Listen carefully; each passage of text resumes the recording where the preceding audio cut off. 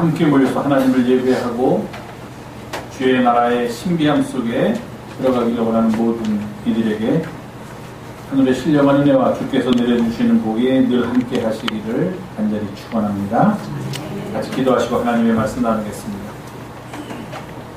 주님, 오늘도 우리를 사랑하셔서 주의 전으로 부르시고 함께 모여 예배하게 하시고 주의 말씀을 듣는 자리까지 인도하여 주시니 감사를 드립니다. 이 시간 우리가 주의 말씀에 귀 기울일 때 세상의 것으로 닫혀졌던 우리의 눈과 우리의 귀와 우리의 마음이 열려지게 하시고 하늘의 은혜로 그 모든 것들이 채워지는 역사가 나타나게 주께서 도와주시옵소서. 말씀을 전하는 자나 말씀을 듣는 자 모두 겸손히 주님 앞에 무릎 꿇게 하시고 말씀의 깊이 속으로 들어가는 은혜의 시간이 되게 주여 우리 모두를 주장하여 주시옵소서. 우리 구주 예수님의 이름으로 기도하옵나이다. 아멘.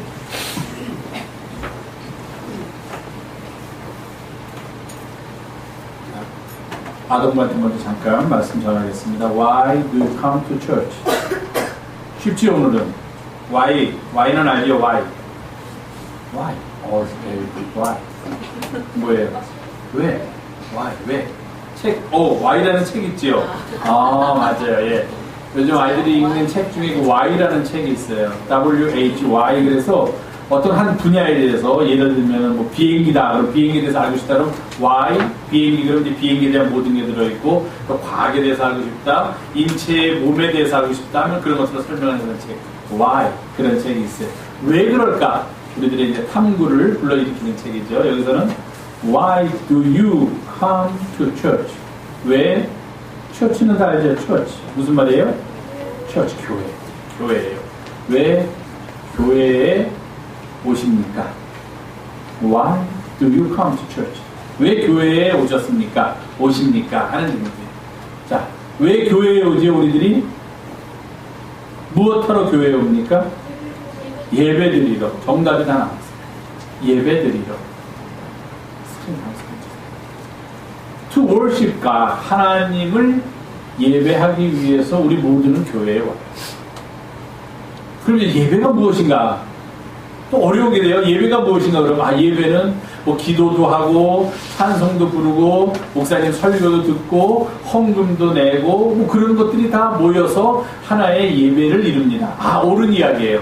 그런데 그런 것들은 worship God. 예배. worship이라는 게 예배라는 뜻인데 예배를 나타낼 때 그 구성 요소들이야. 그것들이 모여서 하나의 예배를 이룬다는 거예요. 그럼 그 예배의 가장 중요한 것, 가장 필요한 것은 무엇인가 하면은 바로 우리가 예수 그리스도가 누구이신가 하는 것을 아는 것. 그게 예배예요.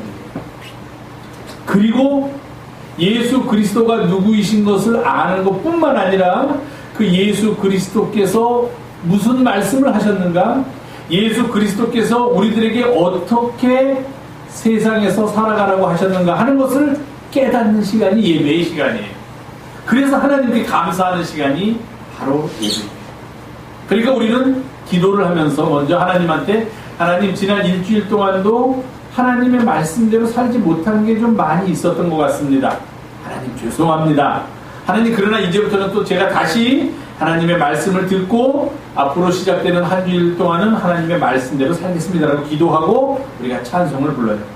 그럼 앞으로 일주일 동안 어떻게 하나님의 말씀대로 살까? 목사님의 설교를 통해서 그런 것을 또 배워요. 그리고 우리에게 이런 모든 예배를 하나님께 드릴 수 있게 해주시니 얼마나 감사한지 모르겠습니다 해서 우리가 마음을 모아서 하나님께 예물도 드리고 이런 모든 것들이 다 예배예요. 그러니까 이런 모든 것들을 왜 하느냐? 왜 하느냐 하면은 바로 아까도 제가 말씀드렸잖아요. 첫 번째, 예수님께서 어떤 분이신가 하는 것을 우리는 예배를 통해서 배우고 예수님께서 무슨 말씀을 하셨는가? 예수님께서는 어떤 삶을 살으셨는가? 그리고 그 예수님께서 우리들에게는 어떤 삶을 살았으면 좋겠다 하고 우리들에게 부탁하셨는가 하는 것을 배우는 시간. 그리고 그 배운 것을 가지고 다시 우리의 학교, 우리의 집으로 돌아가서 그 배운 말씀대로 사는 게 예배예요. 그러니까 예배는 우리가 일요일 every Sunday 11시에 모여서 뭐 예를 들면 11시 50분, 12시까지 이 시간에만 하나님께 예배하는 게 아니에요.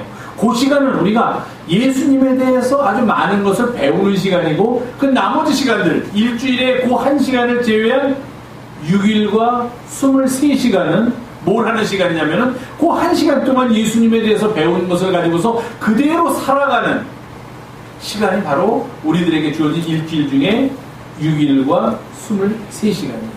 한 시간 동안 배우는 것을 가지고. 그래서 우리의 예배는 언제 이루어집니까? 바로 일주일 내내 이루어집니다. 문을 안 닫고 영업을 하는 가게를 7 days, 24 hours 그렇게 영업을 한다고 그래요. 7 days. 일주일 동안 영업 우리는 하루도 안 쉽니다. 24 hours. 한 시간도 안 쉬고 문을 다 열어놓습니다는 그런 뜻이에요. 우리들의 예배도 똑같아요. 우리들의 예배는 Sunday 11 o'clock to 12 o'clock까지만 이루어지는 게 아니라 우리들의 예배는 일주일 내내 이루어집니다. 하나님을 예배하는. 그러나 그 중에서 특별히 주일날 11시부터 12시까지는 우리가 함께 모여서 같이 기도도 하고 같이 찬송도 부르고 같이 말씀도 듣고 성경도 배우는 시간, 그리고 나머지 시간은 그렇게 배운 대로 살아가는 시간.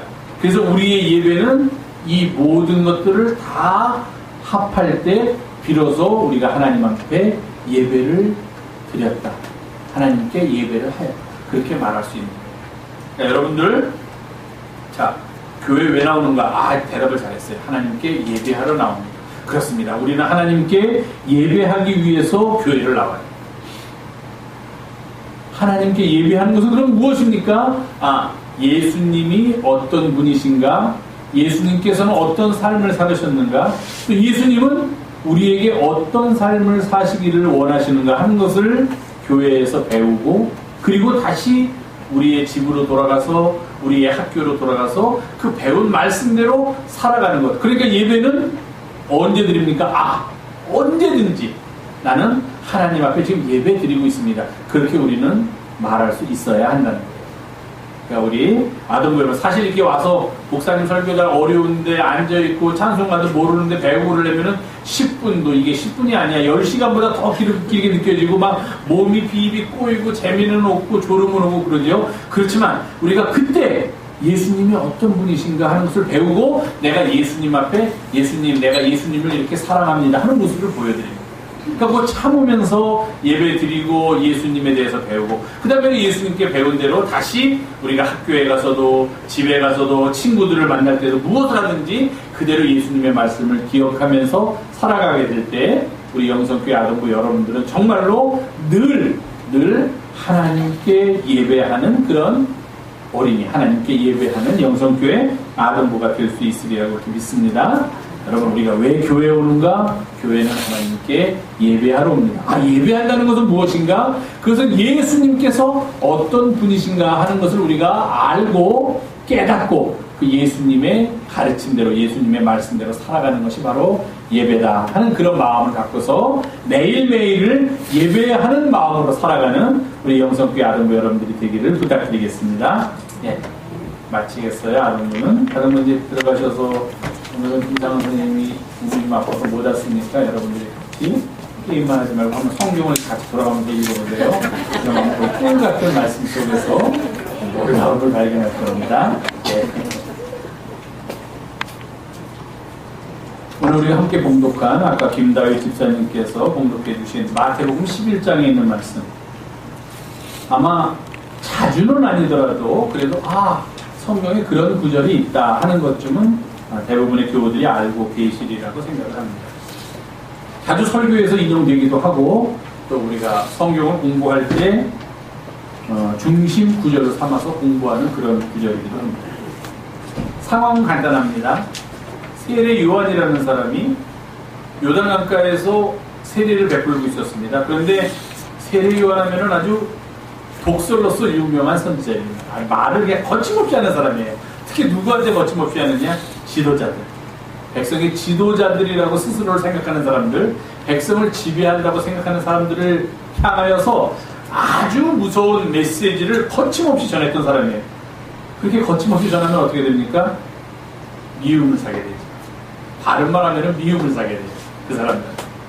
힘 있는 사람들한테 미움을 사게 되니까 세례 요한이 짓지도 않은 죄목으로 죄목 만들어서 감옥에다 넣는 거는 또 정치하는 사람들은 대단한 능력을 가지고 있더라고요. 보니까 없던 죄도 만들어내요. 제가 이름은 잊었는데 히틀러 밑에서 일했던 아주 히틀러의 부관 같은 사람이 뭐라고 얘기를 했냐면은 누구든지 아무 말이든지 상관없이 한마디만 해라. 그럼 나는 그 사람을 당장 나라를 팔아먹는 죄인으로 만들 수 있다. 진짜 그런 말을 했대요. 그런 거예요. 말 한마디 가지고서 죄인을 만드는 거는 이거는 나쁜 생각을 하는 사람이면 누구나 하는 것 같아요. 세례 요한도 그런 올가미에 들어갔습니다. 세례 요한이 무슨 나쁜 말을 했겠습니까?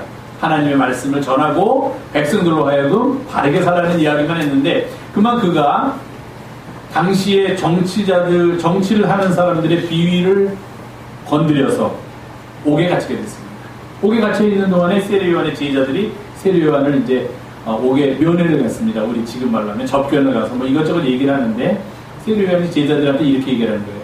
지금 아마 내가 옥에 갇혀 있는 동안에 나와 비슷하게 생기고 나하고 혼동할 만한 그런 어떤 사람이 또 나와서 내가 했던 메시지와 아주 흡사한 메시지를 전하고 있다는 말을 내가 들었다.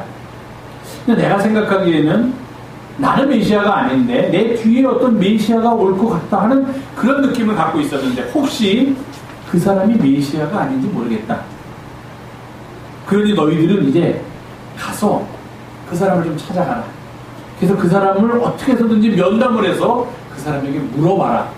당신이 우리 이스라엘 민족이 지금까지 그토록 기다리던 메시아입니까? 아니면 당신도 메시아의 길을 준비하는 사람이고 메시아는 당신 뒤에 옵니까? 그러니까 당신이 메시아입니까? 아니면 우리가 또 다른 메시아를 기다려야 합니까? 그렇게 물어봐라. 그럼 그 사람이 자기가 메시아면 메시아라고 이야기할 거고 메시아가 아니면은 또 그런 선지자들이 통하는 게 있으니까 아 나는 메시아가 아니니까 내 뒤에 메시아가 올 터이니 그 사람을 기다리십시오. 이렇게 얘기할 거다. 그 말을 들은 세례 요한의 제자들이 이제 나와서 예수님을 찾아갔습니다. 그래서 예수님하고 면담할 수 있는 기회가 얻었어요. 예수님께 물어봤습니다. 저희들은 세례 요한의 제자입니다. 근데 우리 선생님이 이것을 좀 물어보라고 해서 우리가 왔습니다. 세례 요한에 대해서는 이미 예수님도 알고 있고 우리가 복음서를 통해서 그 세례 요한에게 예수님께서 세례를 받았다. 그리고 세례를 받을 때 놀라운 일이 일어났다 하는 것까지 다 알고 있습니다. 세례 요한의 제자들이 찾아왔다는 소식을 듣고 예수께서 물었더니 그들이 그렇게 이제 왜 왔냐고 물었겠죠. 그랬더니 그들이 그런 식으로 대답을 했습니다. 그랬더니 예수님의 대답은 항상 그렇습니다. 그렇다. 내가 메시아다. 아 분명하죠. 아니다. 나는 메시아가 아니다. 내 뒤에 정말 하나님의 아들 메시아가 올 것이다. 나는 그 메시아의 길을 마치 너희 선생님 세례 요한이 했던 것처럼 준비하려고 온 사람이다. 둘 중에 하나로 대답을 해주면 속이 시원하겠는데 예수님이 둘 중에 하나 대답을 선택하지 않으셨습니다. 그러더니 이렇게 말씀하시는 거예요. 그래? 그러면 너희들이 나를 통해서 보고 듣고 한 것을 그대로 세례 요한에게 가서 말해주라. 맹인이 보며 못 걷는 사람이 걸으며 나병한 자가 깨끗함을 받으며 못 듣는 자가 듣고 죽은 자가 살아나고 가난한 자에게 복음이 전파된다. 이렇게만 가서 이야기하라고 했습니다. 내가 메시아다. 내가 하나님의 아들이다. 너희 선생님한테 그렇게 전해라. 그것도 아니고요. 아 나는 메시아가 아니다. 내 뒤에 또 다른 메시아가 올 것이다. 그것도 아니었습니다. 예수님께서 세례 요한의 제자들에게 하신 말씀은 이 두 가지보다도 훨씬 더 강한 메시지였죠. 이것을 그대로 얘기해라. 그 사람은 지금 이러이러한 일을 하고 있고 이 땅에서 이러이러한 놀라운 변화가 일어나고 있다는 사실만 얘기해라. 그렇게 하셨습니다. 이것도 사실은 또 우리가 한편의 설교를 준비할 수 있는 아주 좋은 본문 중에 하나입니다. 근데 저는 이제 그 뒤에 이야기로 가겠습니다. 그래서 그 사람들이 떠나갔습니다. 또 예수님 주변에 있던 무리들도 다 떠나갔더니 예수님이 이제 방금 세례 요한의 제자들을 만났던 것을 상기하시면서 당신의 제자들에게 가까이 있던 제자들에게 묻습니다. 이번에. 왜냐하면 이 사람들이 귀를 쫑긋하고 있었어요. 왜냐하면 세례 요한과 당시에 이 본문을 또 부연 설명하면은 제 잠기 길어지는 게 나오는데 간단하게 설명했습니다. 당시에는 세례 요한과 예수님이 굉장히 경쟁적인 상대였다라고 사람들은 생각했어요.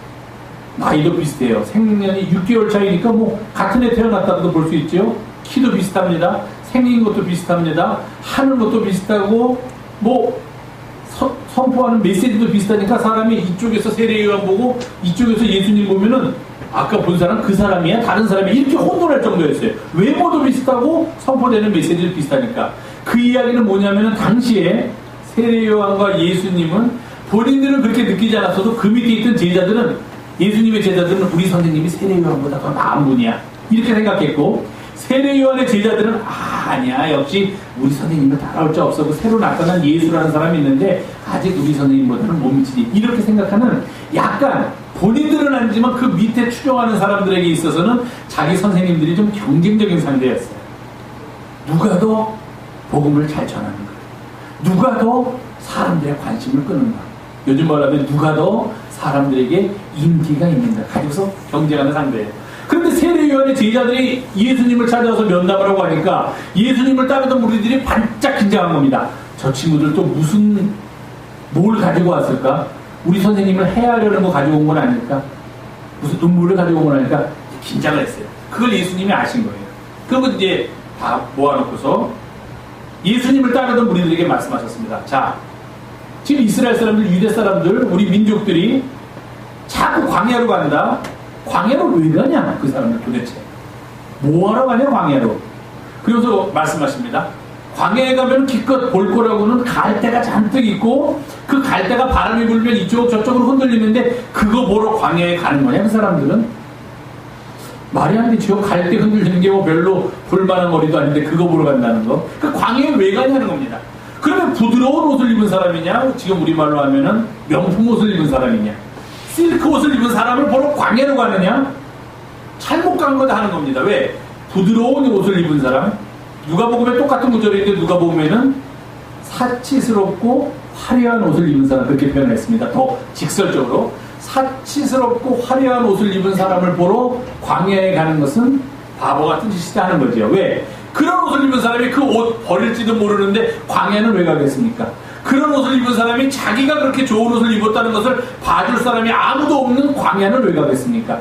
그런 사람을 보려고 했다면 광야가 아니라 차라리 도시나 왕궁으로 가서 봐야 할 텐데, 사람들이 그러면 도대체 광야로 가는 이유가 무엇일까?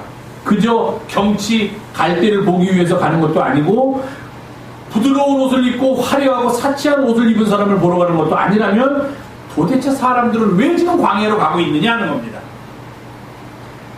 그러면서 예수님께서 대답까지 하십니다. 맞다. 너희들이 지금 머릿속에 무엇을 생각하고 있는지 나도 알고 있다.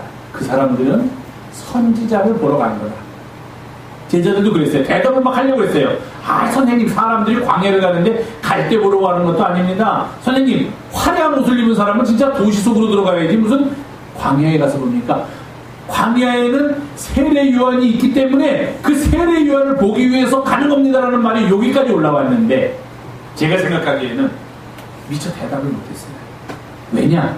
그러면 마치 자기가 그런 대답을 하면은 예수님보다도 세례 요한이 더 위대한 사람처럼 생각하고 있다고 예수님이 오해하실까봐.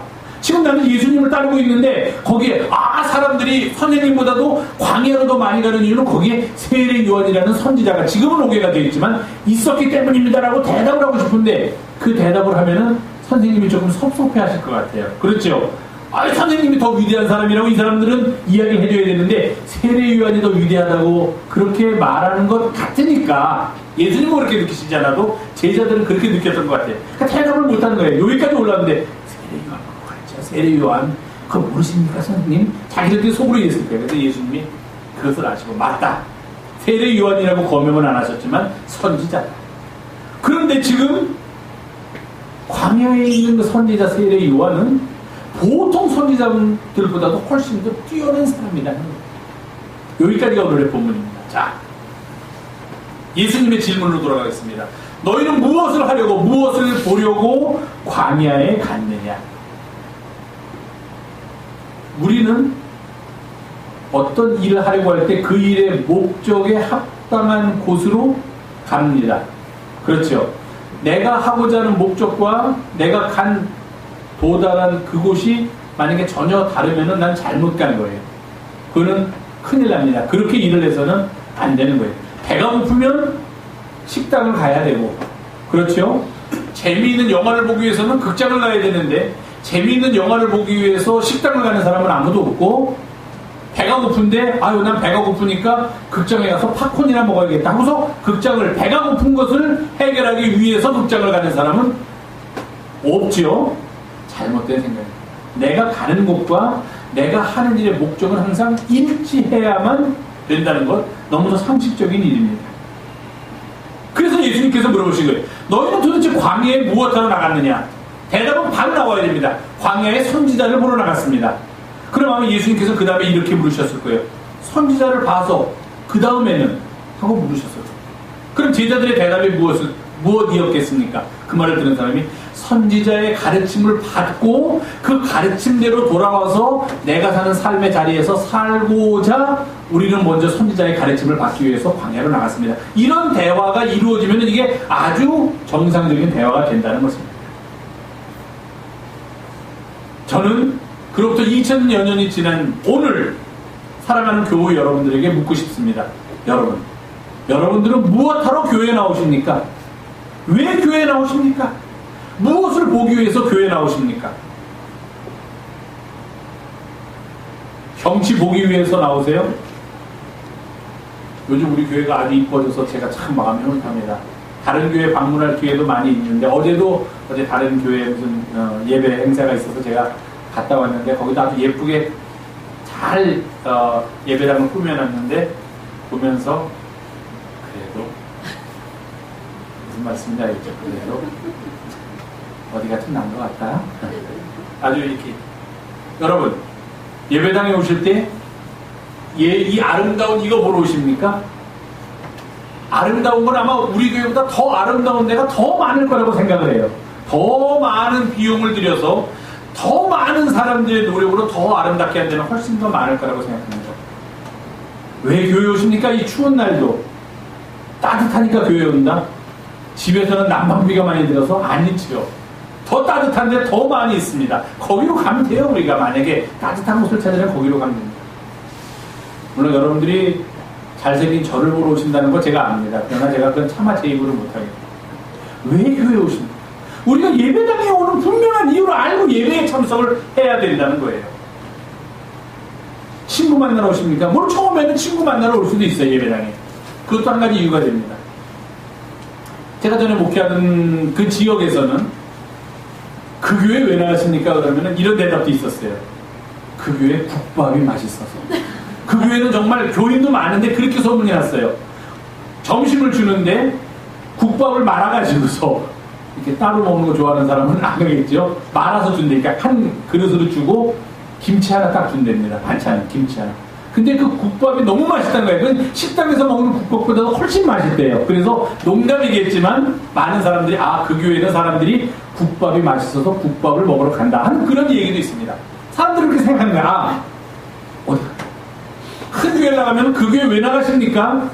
그 교회라고 내가 너 처치라고 얘기를 하면 그 교회는 뭐 교회 학교가 잘 돼 있고 그 교회는 냉난방 시설이 잘 돼 있고 그 교회는 성경 공부 프로그램이 잘 돼 있고 그 교회는 제자 훈련을 잘해서 사람들은 다 나름대로의 이유를 댑니다. 그런데요, 제가 이렇게 목사를 하면서 이렇게 가만히 보니까 누구나 그렇지만 어떤 상황에서도 그렇지만 사람들은 자기 속에 있는 것을 어떤 때는 감추는 경향이 아주 많이 있습니다. 그것을 드러내는 순간 자기의 부끄러움이 드러난다고 생각하면 사람들은 그것을 다 감춥니다. 속마음도 감춥니다. 왜 교회에 가십니까? 라고 물어보면 사람들은 다 좋게 얘기합니다. 구원받으려고 뭐 하려고. 근데 얼마 전까지만 해도 사람들의 대답이 뭐였냐면은 복받으러 교회 간다 하는 게 아주 지배적이었어요. 복받으러 교회 간다 하는 이야기도 있고 천국 가기 위해서 교회 간다. 틀린 말은 아닙니다. 천국 가기 위해서도 교회를 갑니다. 그럼 어떻게 하는 게 복을 받은 거고 어떻게 하는 게 천국 가는 거냐에 대해서는 대답이 또 많습니다.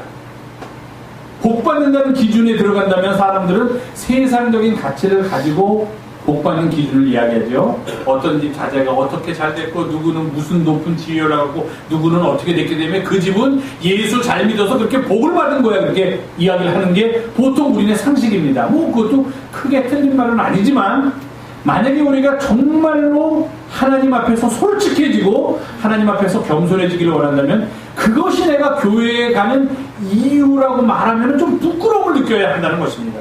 내가 교회를 나오기 때문에 하나님께서 나를 사랑하시고 내가 그쪽에 대해서 그렇게 많은 노력을 기울이지 않았음에도 불구하고 하나님께서 하나님의 은혜로 내 노력이나 내 능력이 아니라 하나님의 은혜로 내가 이런 것을 받았다고 고백하면 그것은 맨 나중에 가서 할 일이지, 그것을 맨 앞에다 놓고 그러한 일들을 위해서 만약에 교회를 간다 한다면 그것은 목사인 저의 입장에서 본다면 교회에 나오는 이유나 목적이 좀 잘못된 것은 아닌가. 마치 식당에 다른 일을 하러, 운동을 하러 식당에 간다 하는 것과 별반 차이가 없는 이야기는 아닐까 하는 그런 생각을 하게 됩니다. 왜 교회에 오십니까? 무엇을 보려고 도대체 교회에 오십니까? 답은 간단하죠. 우리는 예수 그리스도를 만나기 위해서 교회에 옵니다. 예수 그리스도를 만날 이유가 없다면 교회에 오실 필요가 없는 거예요. 그것은. 사람을 만나러 온다면 다른 찻집이나 더 좋은 식당에서 만나서 더 좋은 환경에서 담소를 나누면 되지 굳이 예배당까지 오실 필요가 없다는 겁니다. 우리는 예수 그리스도를 만나고 예수 그리스도께 예배하기 위해서 교회에 옵니다. 왜 예수 그리스도를 만나기를 원할까요? 예수 그리스도가 어떤 분이시길래 우리는 그분을 만나기 위해서 이곳으로 오는 것입니다. 예수 그리스도는 그를 만약에 한마디로 정의할 수 없지만 한마디로 정의한다면 하나님 나라의 복음을 우리에게 선포하시고 그 복음의 내용을 가르쳐 주신 분입니다. 그래서 우리는 그분을 만나기 위해서 예배당에 오고 교회에 옵니다. 그분을 통해서 이 땅에 이루어지는 하나님 나라의 모습을 보기 위해서, 그 하나님 나라를 이 땅에 이루기 위해서 우리는 무엇을 어떻게 해야 하는지를 배우기 위해서 이곳에 모이고 있다는 것입니다. 예수 그리스도께서 선포하신 하나님의 나라는 과연 어떤 나라입니까? 그가 그의 모친 마리아의 태 속에 있을 때부터 이미 예수께서 이 땅에 오셔서 선포하신 하나님 나라에 대한 청사진은 그려지고 있었던 것을 우리가 알 수 있습니다. 그때부터 일관되게 예수 그리스도께서 이 땅에서 이루신 하나님 나라의 모습을 성서는 우리들에게 가르쳐주고 있습니다. 하나님 나라는 어떤 나라입니까? 가난한 자에게 복음이 선포되는 나라다 하는 겁니다. 하나님의 나라는 어떤 나라입니까? 그것은 마치 세례 요한의 제자들에게 너희 선생님에게 가서 이렇게 너희가 보고 들은 것을 말하라 할 때 예수님께서 말씀하셨던 내용 그대로입니다. 어떤 나라입니까? 안 못 보는 자들이 눈을 뜨게 되는 나라, 말 못하는 이들이 말을 하게 되는 나라, 걷지 못하는 사람이 걷게 되는 나라, 심지어는 죽은 자가 하나님의 은혜 가운데 다시 살아나는 나라가 하나님의 나라입니다. 그럼 하나님의 나라에 가면은 모든 안 못 보는 자들이 눈을 뜨게 되고 모든 말 못하는 자들이 말을 하게 되고 걷지 못하는 자들이 걷게 될까요?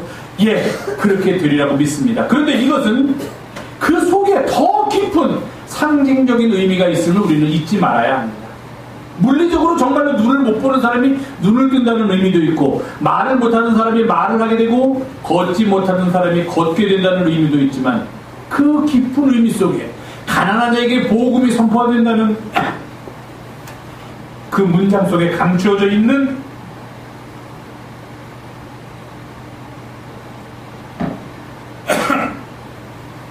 하나님의 나라는 더 심오한 뜻을 가지고 있는 것입니다.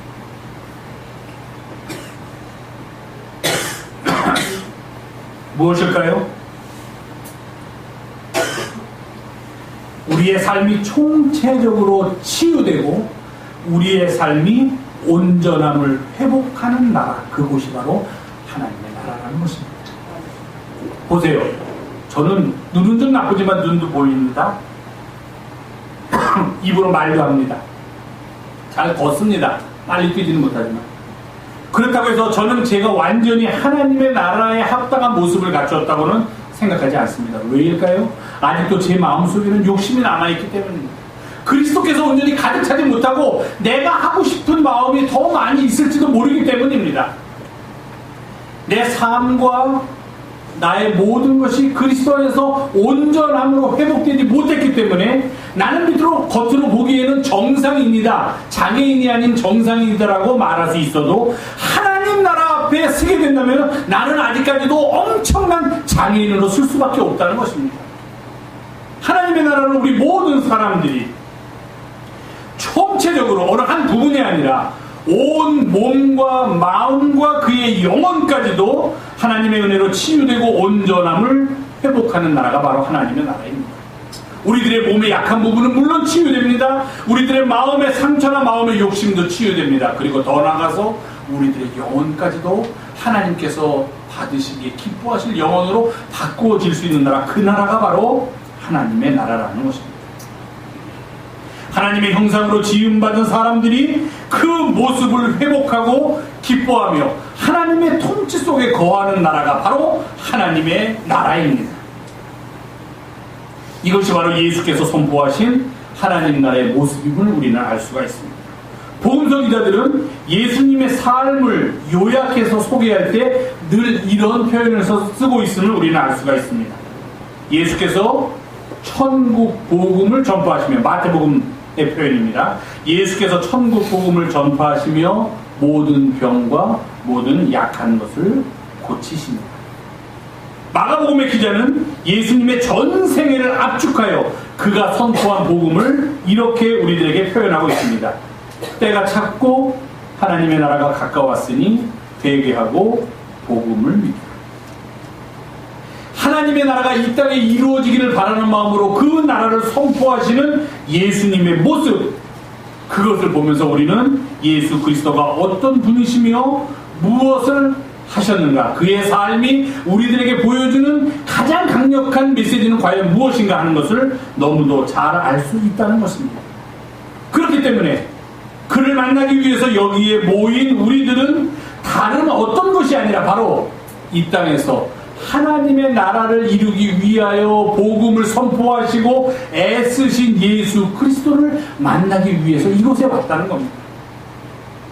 다른 말로 하면은 그 예수께서 선포하시는 하나님 나라에 지금도 진행형으로 세워지고 있는 그 하나님 나라에 우리도 또한 일꾼이 되기 위해서 예수 그리스도와 함께 일하는 동역자가 되기 위해서 이곳에 모여 있다는 것입니다.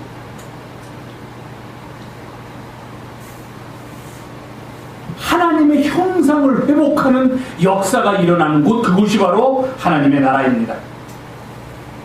예수 그리스도의 은혜 가운데 올해 우리 교회 표어처럼 각 사람이 온전하게 세워지는 곳, 그곳이 바로 하나님의 나라입니다. 정의가 선포되고 공의가 실현되는 곳, 그곳이 바로 하나님의 나라입니다.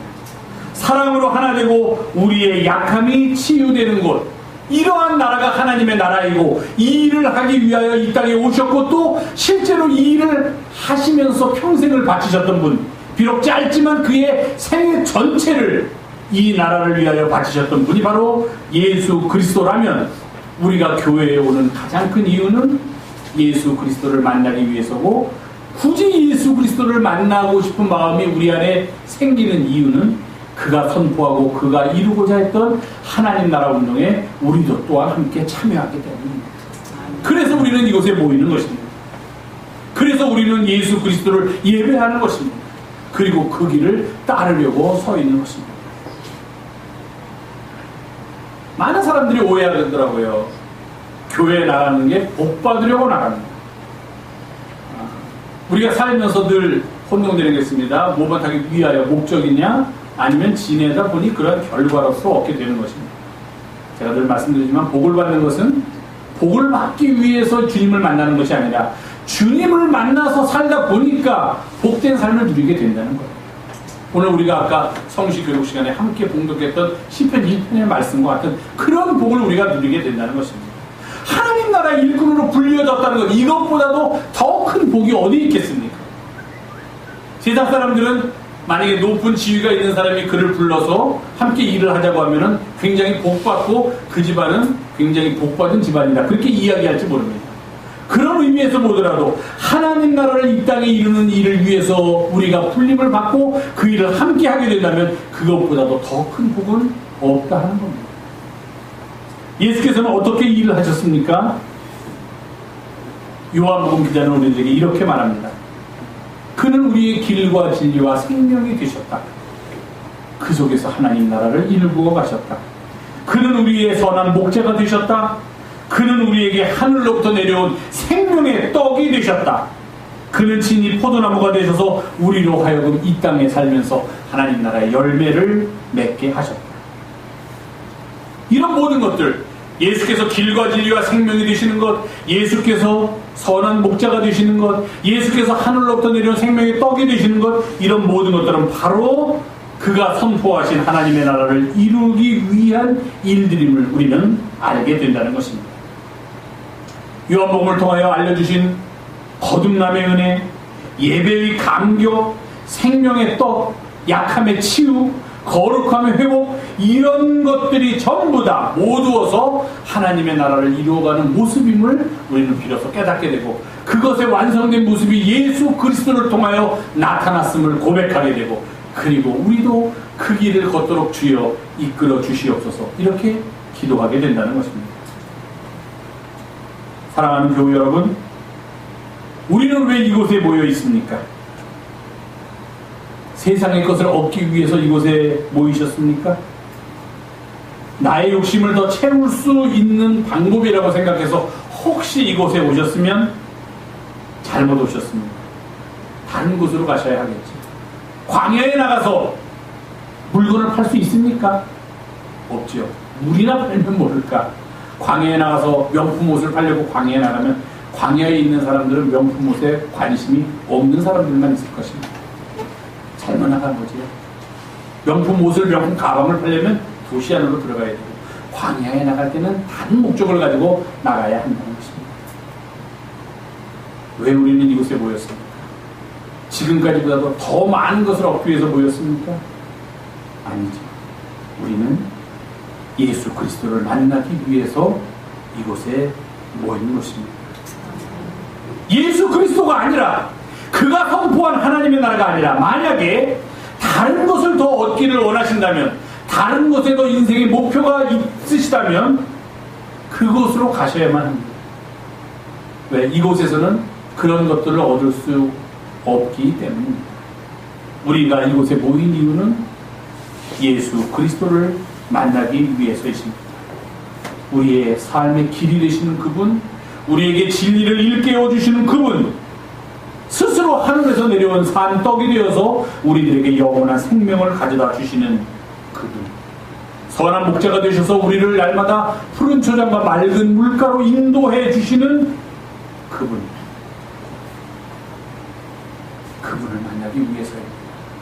그래서 우리는 그분께서 걸어가셨던 하나님 나라의 복음이 선포되는 일에 동참하게 될 때 나야말로 이 세상에서 가장 복받은 사람이구나라고 고백을 할 수 있게 된다는 것입니다. 이런 은혜를 사모하시면서 추운 겨울, 이제 얼마 남지 않은 겨울이라고 생각하시고 잘 이겨나가며 날마다 성령의 능력 안에서 승리하는 복된 삶을 사는 사랑하는 영성의 가족들이 되시기를 주님의 이름으로 부탁을 드립니다. 기도하겠습니다.